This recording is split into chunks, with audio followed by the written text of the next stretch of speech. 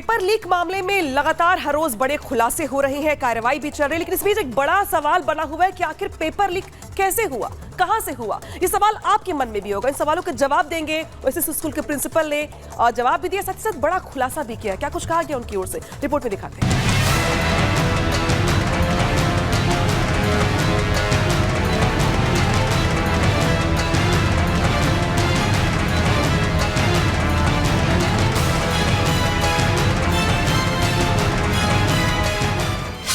NEET paper leak मामले में Jharkhand connection को लेकर अब बड़ा खुलासा हुआ है।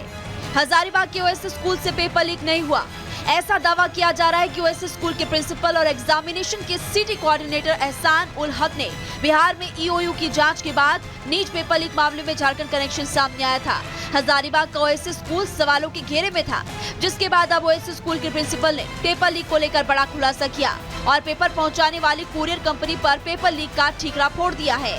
ईओयू के ऑफिसर्स हमारे यहाँ आए थे, तो बैंक भी उनके साथ हम गए थे, तो वहाँ भी इंक्वायरी बहुत कुछ हो रही थी। उसके बाद फिर उनके साथ चले गए कुरियर सर्विस के ऑफिस।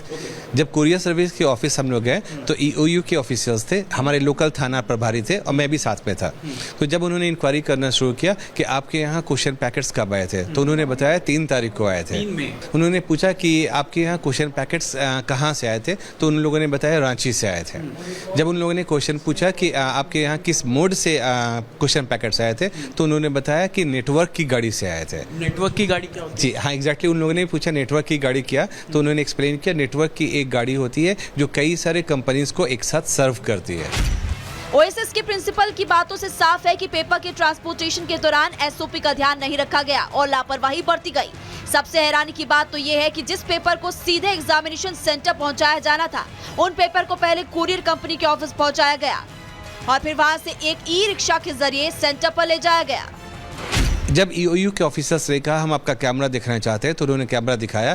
कैमरा में दिखाया गया कि गाड़ी आई और उसे डंप कर दिया उस कुरियर ऑफिस के गेट पे ही। वो गाड़ी आपने भी देखी होगी? नहीं, वो आधा शटर लगा हुआ था, जिस दिन आया था आधा शटर लगा हुआ था और 2 लोग अंदर में बैठे हुए थे, तो गाड़ी दिख नहीं रही है। हाँ, कुछ लोग आ रहे हैं जा रहे हैं वो दिख रही है, और क्वेश्चन पैकेट्स तो दिख रही थी। कि जब ईओयू के ऑफिसर्स ने पूछा कि यहाँ से कुरियर के ऑफिस से आपने बैंक कैसे ट्रांसपोर्ट किया क्वेश्चन पैकेट्स को, तो उन लोगों ने कहा ई रिक्शा से।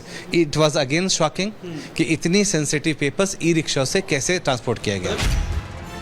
सुना आपने कितनी लापरवाही से नीट के पेपर को ई रिक्शा के जरिए कुरियर कंपनी के ऑफिस से एग्जामिनेशन सेंटर पहुंचाया गया। तो अब सवाल यह है कि क्या इसी लूपहोल से पेपर लीक हुआ? वहीं प्रिंसिपल एहसान उल हक के बयान और पूरे मामले में बरती गई लापरवाही के बाद ईओयू ने भी अपनी इन्वेस्टिगेशन रिपोर्ट में ट्रांसपोर्टेशन के दौरान ही पेपर लीक होने की आशंका जताई है। Bureau report, Republic Bharat.